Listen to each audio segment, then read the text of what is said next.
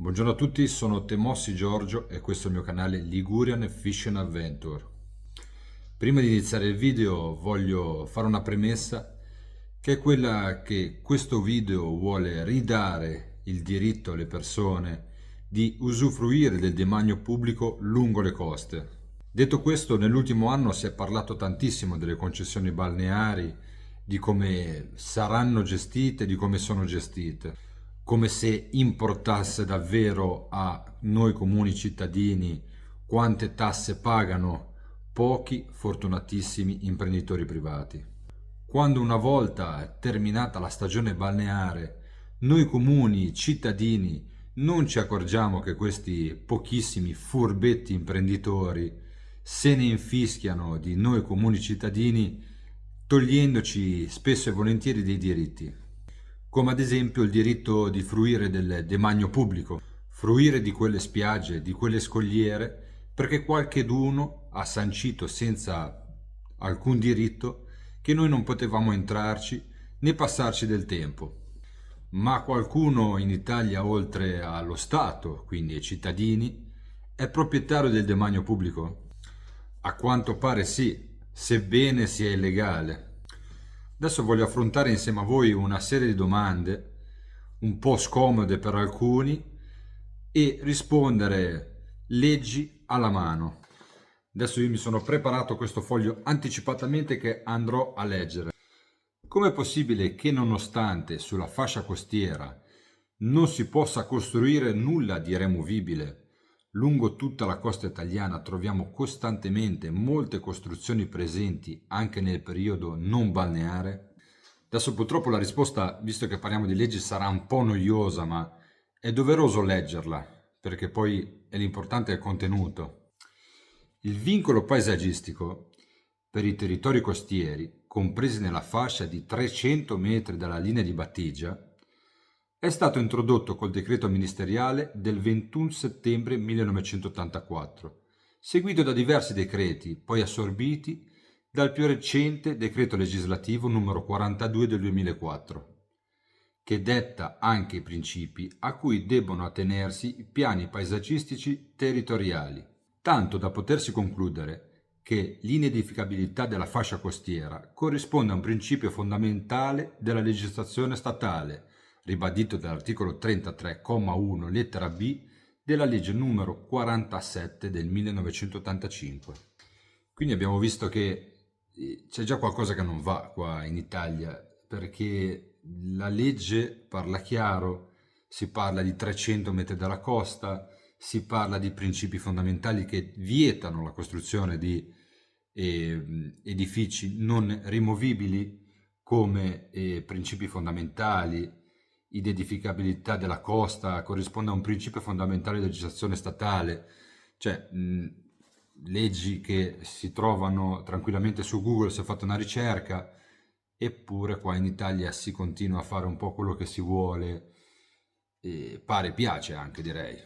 Comunque andiamo avanti. L'edificazione di nuove costruzioni è vietata nella fascia profonda di 100 metri dal perimetro interno del demanio marittimo. Ma ascoltate bene adesso, per ottenere il titolo edilizio, nella specie il condono, cioè quando si costruisce qualcosa di abusivo si chiede il condono, si paga e si rende legale questa costruzione. E per ottenere il titolo edilizio nella specie il condono è l'intero edificio che deve trovarsi oltre la fascia dei 150 metri dal mare e non solo un suo spigolo. Quindi tutti quelli che dicono ma le vecchie costruzioni come funziona? Vecchie costruzioni, facciamo un po' il gioco di quelli che le buttano giù e tanti saluti e grazie anche.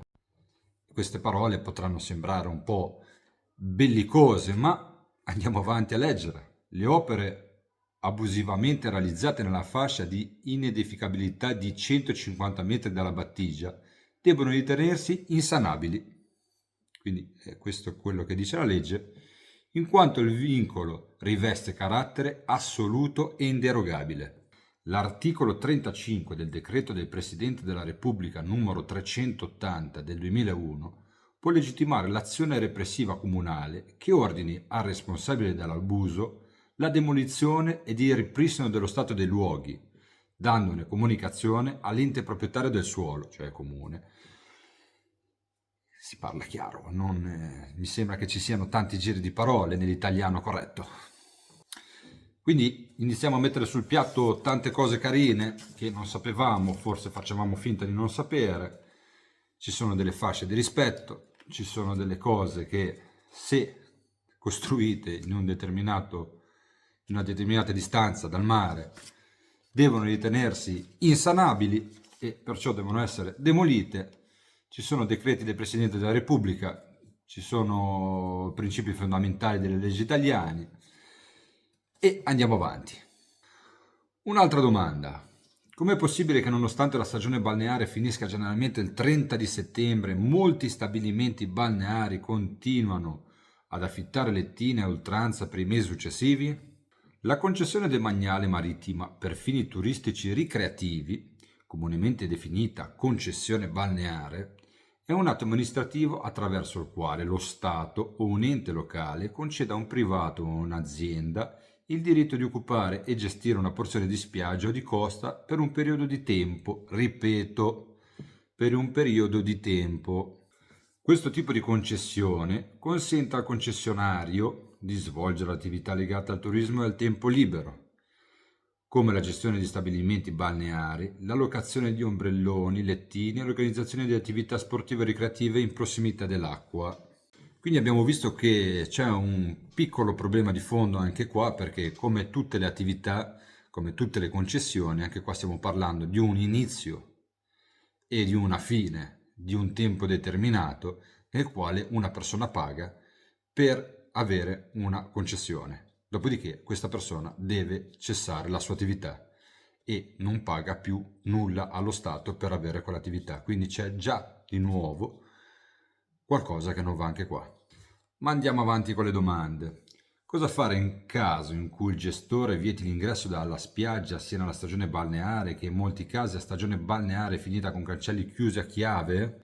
Facciamo una piccola premessa per questa domanda e vediamo un po' tutti quanti insieme cosa dice l'articolo 822 del Codice Civile, giusto per ricordare un attimino che chiudere le spiagge, le scogliere, i pontili, quant'altro con cancelli, soprattutto in stagione balneare finita, perché uno può dire stagione balneare non ancora terminata, magari uno tiene dentro i lettini, anche se discrezione, perché come vedremo nell'articolo 822 del Codice Civile le cose sono un po' diverse, perché appunto l'articolo 822 del Codice Civile dice che appartengono allo Stato e fanno parte del demanio pubblico il lido del mare, la spiaggia, le rade e i porti, fiumi, torrenti, i laghi e le altre acque definite pubbliche dalla legge in materia, le opere destinate alla difesa nazionale. Quindi stona già con questo preambolo questa visione di chiudere le spiagge, di chiudere la possibilità di accesso alle scogliere. Stona già un attimino perché legge alla mano e le cose poi vanno a finire male. Comunque andiamo avanti. Se il proprietario di uno stabilimento, di un lido balneare, si rifiuta di farvi accedere alla spiaggia, occorre contattare la capitaneria di porto o chiamare i vigili urbani e chiedere di intervenire sul posto per fare un verbale. Il suggerimento dell'Unione Consumatori è quello di conservare la prova del rifiuto fotografando cartelli o filmando il negato permesso ad accedere o la richiesta di un pagamento per entrare. I due riferimenti normativi per far valere le proprie ragioni sono due. Oltre all'articolo 11 della legge 217 del 2011, che prevede il diritto libero e gratuito di accesso e di fruizione alla battigia, anche ai fini di balneazione, e la legge numero 296 del 2006, che stabilisce l'obbligo per i titolari delle concessioni di consentire il libero e gratuito accesso e transito per il raggiungimento della battigia antistante l'area ricompresa dalla concessione, al fine di balneazione. Quindi abbiamo visto anche qua che ci sono già molti problemi. Molti problemi perché anche le soluzioni che ci dà la legge sono in realtà problemi, perché nessuno di noi si è mai posto il, si è mai posto nella testa la soluzione di dover chiamare i capitani di porto, i vigili urbani? Ha mai visto situazioni del genere?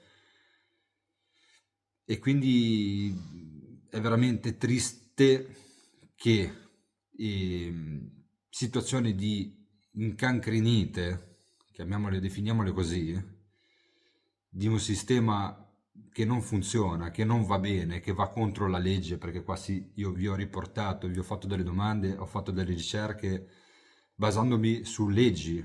Le leggi esistono in Italia, semplicemente non vengono applicate. E questo è molto triste, perché se non esistessero delle leggi che preservano i diritti dei cittadini, staremo parlando del niente, come si fa spesso e volentieri, si fanno domande, si tirano su polemiche, ma non ci sono soluzioni. Nella vita ho imparato che se fai una domanda devi avere già una risposta valida e non c'è risposta più valida di applicare le leggi che esistono.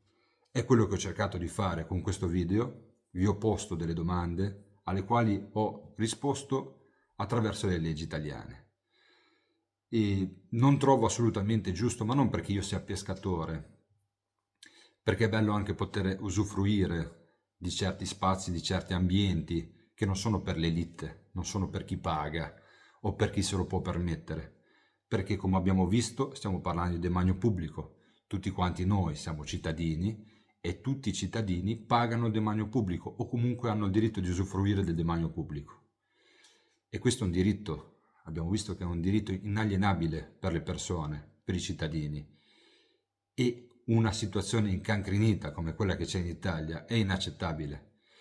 Io mi auguro che con questi video, con questi articoli, si possa tutti quanti evolvere da una situazione di ignoranza generale e far sì che i diritti di noi cittadini vengano presi e non in considerazione, ma vengano applicati, che sono due cose diverse. Detto questo, spero che possa servire questo video a tutti quanti noi, tutti quanti voi. Io sono Temossi Giorgio, questo è il mio canale Ligurian Fishing Adventure.